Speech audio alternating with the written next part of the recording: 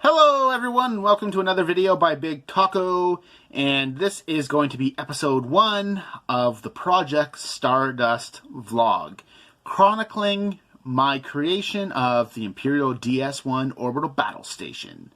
And what we have here first is a book that certainly gave me a lot of inspirations. It's the Haynes Owner's Technical Manual. There's the Easter egg for those who recognize what a Haynes book is. And definitely the other part of it was coming out of my dark years of Lego, and that was in 2011. I got back into Lego as my kids got a little bit older, and I can enjoy Lego with them. And what I was really excited about is by the time I came out of the dark years and was into Lego again, Lego Star Wars was there. Awesome. Kid of the 80s, so Star Wars is definitely one of my top favorite movies. A New Hope is certainly my favorite of all the Star Wars movies. And I always enjoyed it. Many hours playing with the Kenner toys. So when Lego had minifigures and all these other things, I was super excited. But I started building vignettes of some of my favorite scenes, and definitely it was excited. The idea of building a full Death Star, though, required minifigures. So this video is really going to show you the top 3 minifigures that came out in between 2014 and 2016 that made creating a giant MOC of the Death Star possible. So sit back and let me put on the 1, 2, 3 top list. Thank you. So one of the first things I did when I came out of the dark ages of Lego, I went and picked up the Star Wars Visual Dictionary. It was something I could look at and kind of reference of things that were being built since Lego started creating Star Wars brand. And I never bought any since because after that I've pretty much been keeping in touch via websites like Bricklink, which I highly recommend. If you're not familiar with Bricklink, definitely Google it. I could probably do a video or two about it. There's just a really good way of purchasing Lego. That's where I get pretty much all of those light blue gray bricks. That's what I'm missing over there. So in any event, this was just, and I'm just going to show you because I like to swede my videos. No fancy editing computers. Again, any money coming in going to a Fabuland diorama, or maybe a really cool Jabba the Hutt diorama. So when I got into Lego again, the Death Star had been created. And I thought it was really cool. Like there's the details, and I liked how it was modular, but it was just something about it. It was, it was pricey, so I couldn't justify dropping $500-600 into a new hobby. But one of the things I felt was the minifigures just weren't there. They looked cool, but I was very fortunate because by the time I really started thinking about more and more about Lego and started picking up some small sets, Lego Group came up with some really detailed minifigures, and these are the ones that really made the Death Star possible. So let's show them right now. Number 1 is the Admiral Loren minifigure. This was released in 2015 as a polybag, so if you spent so much money during, I believe it was during the May the 4th kind of sales event in 2015, you would get yourself this exclusive minifigure.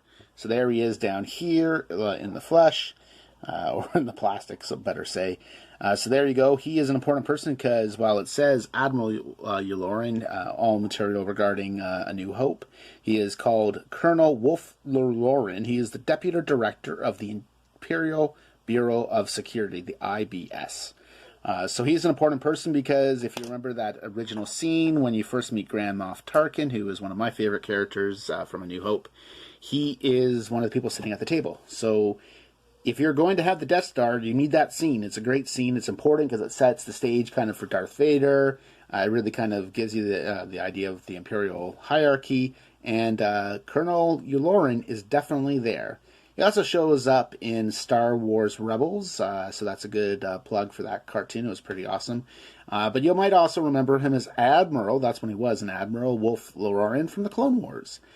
So whatever, his hair is turned white, and he wears a white uniform, and that is because he's an ISB officer. So he was number 1. He made it all possible. In an honorable mention, we have a set from 2015. This is regarding Star Wars Rebels. Just this basic carrier thing. It's kind of a homage to the toy that came out by Kenner You actually do get to see it in The Mandalorian, which was awesome.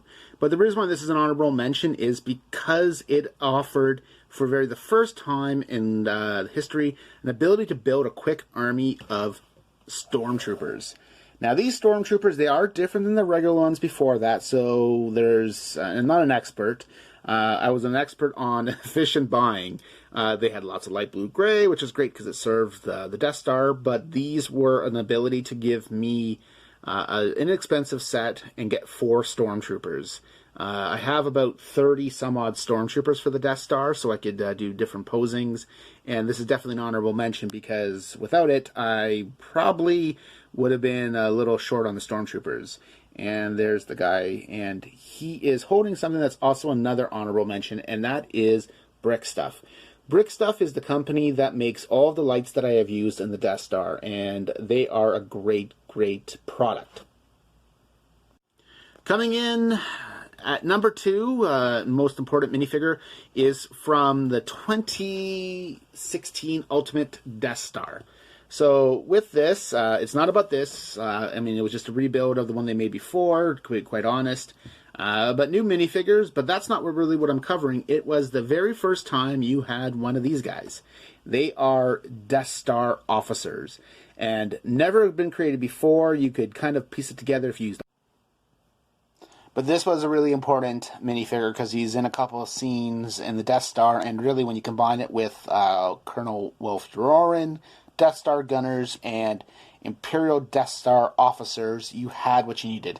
Of course, there's other ones, the improvements to Navy troopers, the improvements to Grand Moff Tarkin, etc., etc.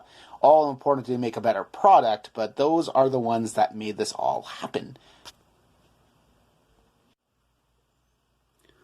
Coming in at number 2, and 2 and 3 are in no particular order, is the set that came out. This was actually released in 2014, so this is before Wolfie Loren, but once he came out, I quickly said, I need to get me some of those sets.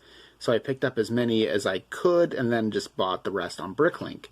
And what we have here is not so much about these Imperial Guards, because they're actually, you don't ever see them until episode 6, was the Death Star gunners. These are important. These guys man the turbo lasers like they are in there. They're also important for the beam shaft operation and firing the Death Star. So when that minifigure came out, and here he is, one version, I definitely knew that would be something I could circle back and get. But not as important as Wolfie Loren, and probably, maybe he should be number 3.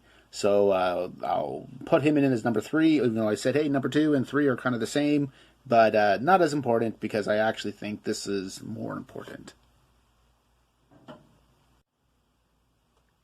And there's the website for Brick Stuff, www.brickstuff.com. I guess it shows my age because I said www. I don't think anyone else says that. But I will put a link in the description below. That's where I got all the lighting services. They have great options here. So they certainly weren't integral in the planning stage, but they certainly came in like a pinch when it came near the finalization stage, and I realized I need to light this thing up. It's too big to actually have natural light hit it. So Brick Stuff is a good product, and I will review more of the stuff that I got from them. The only downside I'd say for Brick Stuff is shipping's a bit expensive, but they do offer the ability to spend so much and you get free shipping, and that's always awesome, because quite frankly, I'd rather spend more money on product than shipping. So it's good stuff, and like I said, look at the link below and check out the website.